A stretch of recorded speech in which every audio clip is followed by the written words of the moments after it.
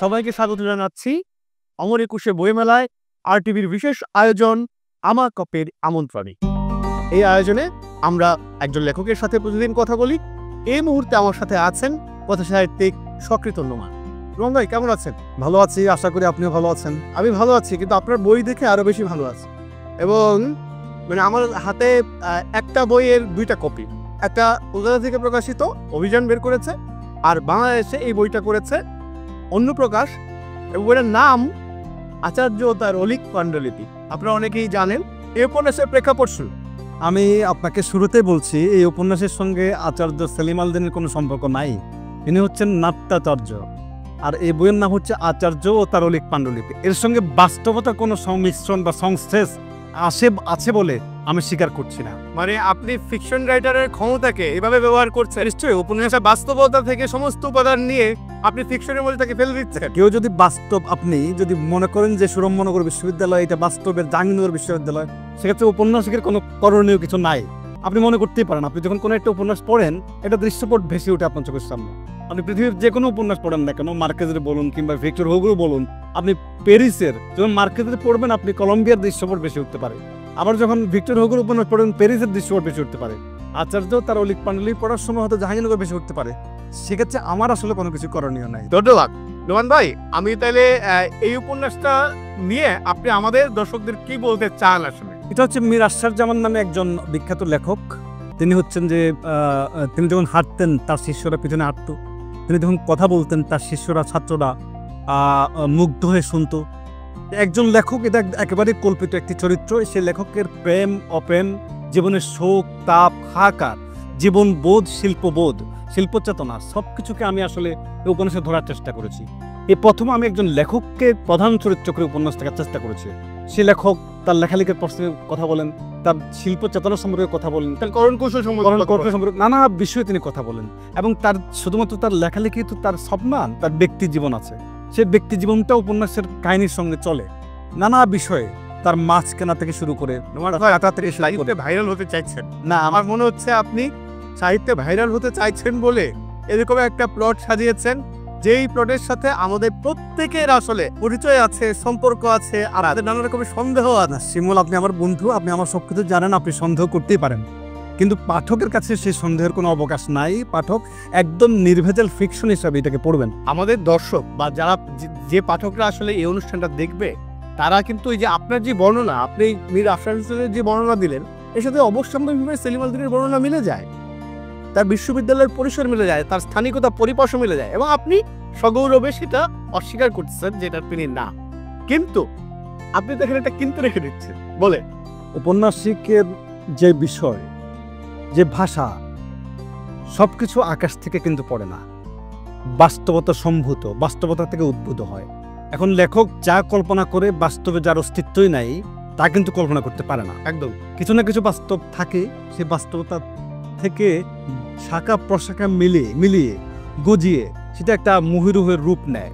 হয়তো আপনি যে বাস্তবতার কথা বলছেন, আপনি বলতেই পারেন, অন্য কেউ বলতেও পারে এই বাস্তবতার সঙ্গে মিল থাকতে পারে। পৃথিবীতে অনেক কিছুর সঙ্গে অনেক কিছু মিল আছে। এই কাহিনীর সঙ্গে যদি অন্য কোনো কারো ব্যক্তি জীবন মিলে যায়, আপনি যার কথা বলেছেন সেলিম আলদিন, যদি মিলে যায়, সেটা একান্তই পাঠকের ব্যাপার, সেটা আমার নয়। আমি মিল দেখে কোনো কিছু লিখিনি, আমি একজন লেখককে উপস্থাপন করতে চেয়েছি, এবং পাঠক লেখককে প্রধান চরিত্র রেখেই এই উপন্যাস পাঠে এগিয়ে যাবেন। আপনি কি সৎভাবে একটা প্রশ্নের উত্তর দেবেন? এই উপন্যাসের আইডিয়া আপনি কিভাবে জেনারেট করেছেন? আইডিয়া আমার মাথায় হঠাৎ করে এসেছে গতবার, যখন আমি একটি তিক্ত অভিজ্ঞতার মুখোমুখি হই। সেই অভিজ্ঞতাটা আমরা জানতে চাই। সেটা সহজ আমাকে অভিজ্ঞতার মুক্ত মানুষের অনেক কিছুই, একজন লেখক কখনো ক্ষুব্ধ হয়, কখনো বিহব্বল হয়। আমি এরকম তিক্ততার মুখোমুখি হয়েছি যে জীবনে একাধিকবার। আমার তখন মনে হয়েছে তিক্ততা থেকে মুক্তি দরকার। ভিতরে যে তিক্ততা আছে, যে ক্ষুব্ধতা আছে, সেই ক্ষুব্ধতার বহিঃপ্রকাশ যদি আমি ঘটিয়ে দিই, তাহলে আমি এই সাবজেক্ট থেকে আমার মুক্তি মিলবে।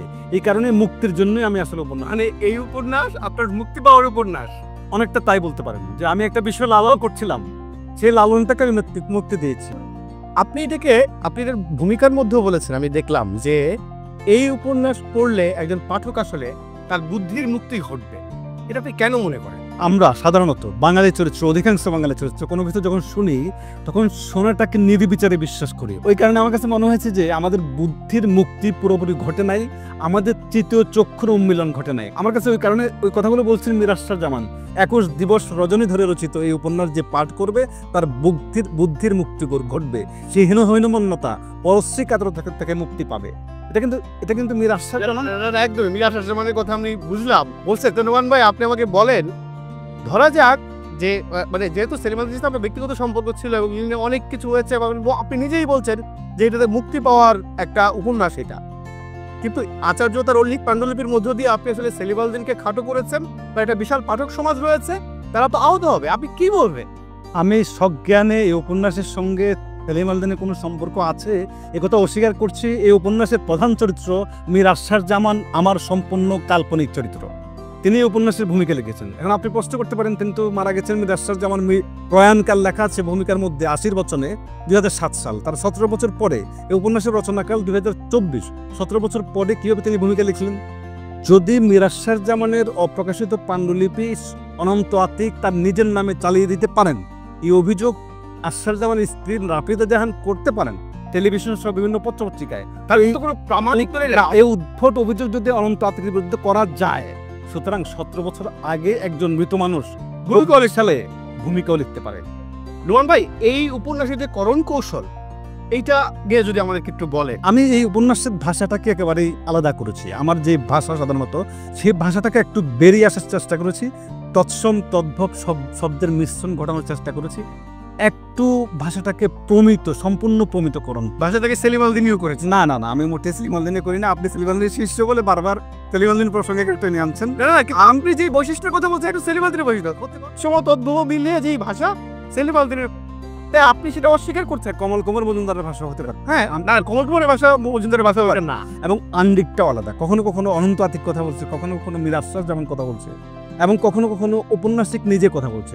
অনন্ত আতিক, আপনাকে শুভেচ্ছা।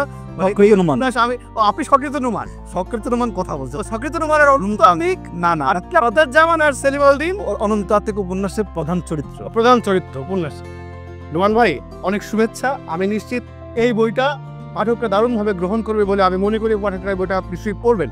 আমি একটু ছোট্ট করে জানতে চাই আপনার কাছে যে সাহিত্যিক সফলতা বলতে আসলে আপনি কি বোঝেন? সাহিত্যিক সফলতা বলতে আমি সেটাই বুঝি যখন একজন সাহিত্যিক প্রকৃত অর্থে একটি সাহিত্য তৈরি করতে পারেন, একটি সাহিত্য সৃষ্টি করতে পারেন।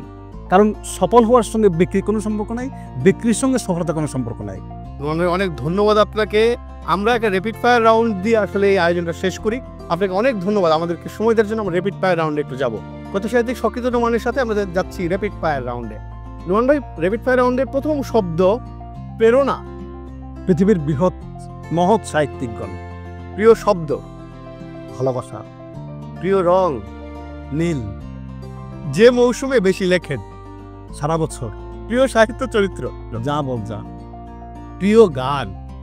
আমার মাথা নত করে দাও হে তোমার চরণ ধুলারে তলে। প্রিয় কবিতার লাইন? অদ্ভুত আধার এক এসেছে পৃথিবীতে। সঙ্গীত? তুমি এমনই জাল পেতেছ সংসারে। লেখার জন্য প্রিয় জায়গা? আমার রিডিং রুম। সবচেয়ে সৃজনশীল সময়? রাত। লেখালেখি জীবনের বড় ভুল? আমি অনেক বেশি পড়ি। স্বপ্ন? একদিন সত্যিকারের সাহিত্য সৃষ্টি করতে পারবো। লেখালেখি বিষয়ক ভীতি? যদি উপন্যাসটা ঠিকঠাক মতো না দাঁড়ায়, যদি কাহিনী ঝুলে যায়। প্রিয় কথা সাহিত্যিক? নিঃসন্দেহে গার্সিয়া মার্কেস। প্রিয় কবি? জীবনানন্দ দাশ। চলচ্চিত্র যেটি প্রভাবিত করেছে? আগন্তুক। সক্রিয় নোমান একজন মানুষ। পিতৃত্ব? আমার কন্যার মুখ ভেসে ওঠে। মাতৃত্ব? আমার স্ত্রীর মুখ ভেসে ওঠে। যৌনতা? মানুষের চিরায়ত অনুষঙ্গ। অপছন্দ করি? ঘৃণা। যা বলতে চাই জোরে। সর্বমানবের সম্মিলিত উৎসবে মুখর হোক পৃথিবী। অনেক ধন্যবাদ নোমান ভাই আমাদেরকে সময় দেওয়ার জন্য। প্রিয় দর্শক, অমর 21শে বইমেলায় RTVর বিশেষ আয়োজন আমার কফির আমন্ত্রণে আমরা কথা বলছিলাম কথা সাহিত্যিক সক্রিয় নোমানের সঙ্গে। দেখা হচ্ছে অন্য কোনো একজন লেখকের সাথে নিয়ে এই আয়োজনের পরের পর্বে। সবাইকে অনেক ধন্যবাদ।